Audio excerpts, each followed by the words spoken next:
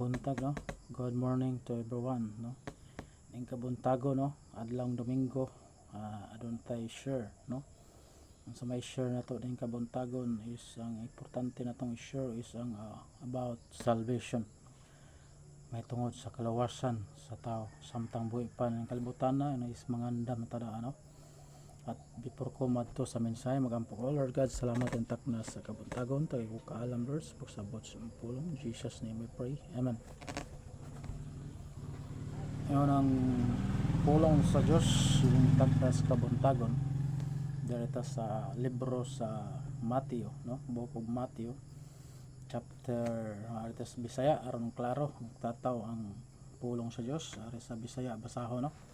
Ang pulong sa Ginoo diri sa Bisaya, Matthew chapter 1 verse 18 to 25. Ang pulong sa Ginoo karon ang pagkahigmugso ni Hesus Kristo nahitabo ingon niini nga paagi sa diha nga samtang ang iyong inahan nga si Maria kaslunon ngadto ni Jose sa wala pa sila magtipon, siya nakaplagan nga nagsamkon sa bata tungod sa balaang espiritu. Unya si Jose nga iyang bana ngon nga usa ka matarong nga tawo nga dili buot mohimo kaniya nga panag-ingnan sa katawhan, nakanahuna siya sa pagsalikway kaniya sa tago apan samtang siya nagunahuna nini mga butanga tanawa ang anghel sa Ginoo mipakita kaniya diha sa usa ka damgo nga nagaingon, Jose, ikaw ang lalaking anak ni David ayaw kahadlok sa pagdawat nga kanimo ni Maria nga imong asawa kay kanang gipanamkon diha kaniya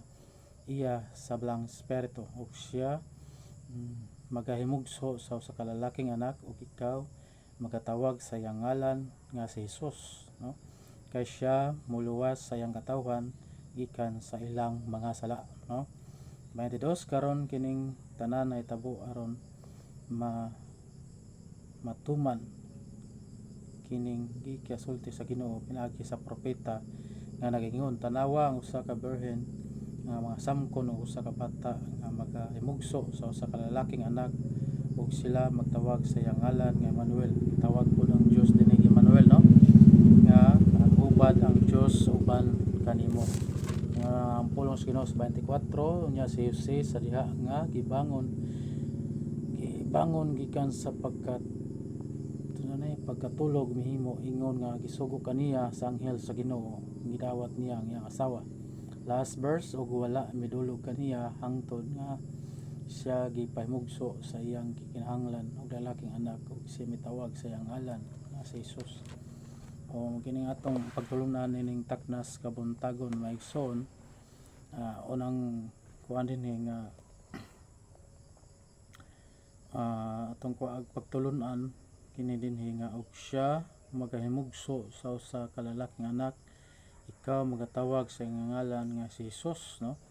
Nga ang itataw ang pulong sa Dios nga nagpakatao si Kristo, no? Didto og gigamit niya si Maria og didto nagsamkon sa espiritu, no? Sa Dios nagsulob og unod si Kristo pinaagi kang Maria ang sulob sa unod, no?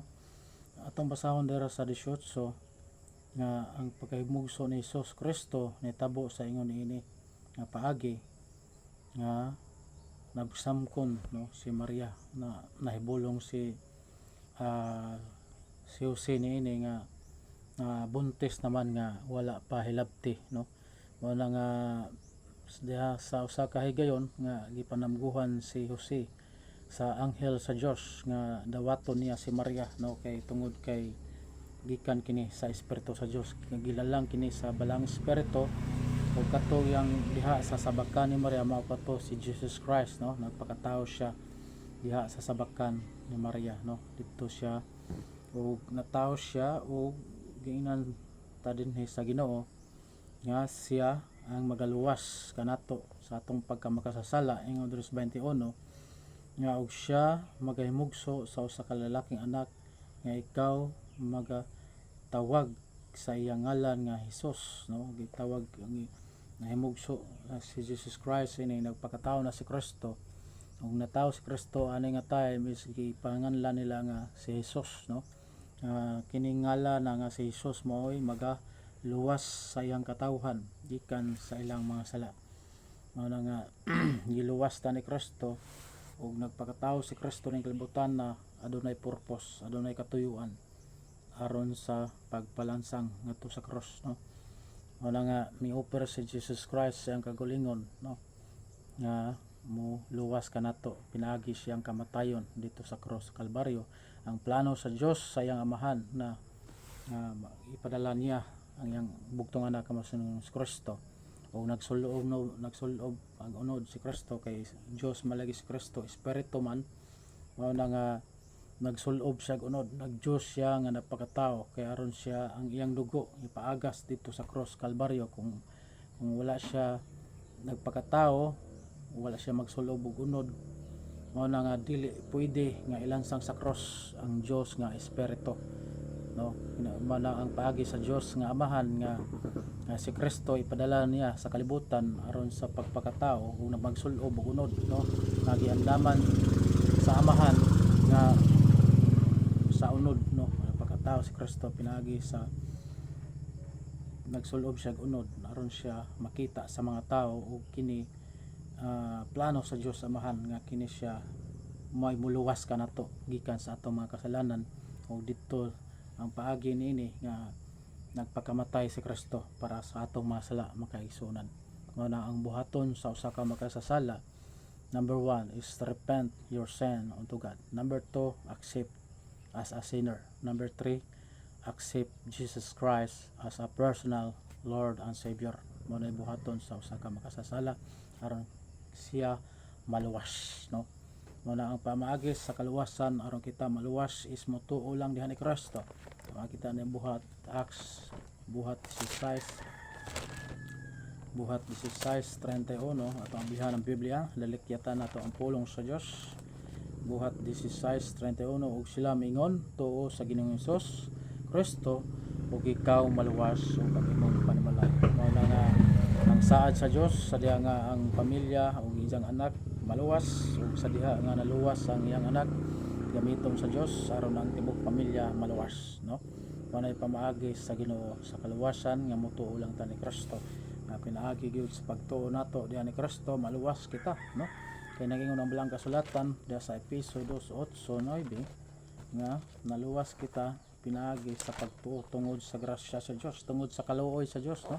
Naluwas kita nga nako natong pasalamatan sa Dios nga kita di ay maluwas ta pinaagi sa pagtuo diha ni Kristo. Kay ingon diha sa pulong sa Dios sa Efeso 2:8. Ingon ang pulong sa Dios, kay tungod sa grasya kamo nangaluwas pinaagi sa pagtuo o kana dili sa inyong kagalingon, kini gasa sa Dios, dili sa mga buhat basin adunay tao nga mapasigarbo. Mao na nga sa 8 naluwas ka sa biyaya ni Kristo. Mao na nga ang mingon matag nga maluwas, unsa may di maluwas sa atong kagalingon kundi ang imong kalag, no. Ang kalag may gipagamatya ni Kristo, dili ang imong lawas, no. Ang kalag ang giluwas ni Kristo, pinaagi siyang kamatayon dito sa cross Kalbaryo, no. We are the great privilege nga nahimo kang anak sa Dios, no.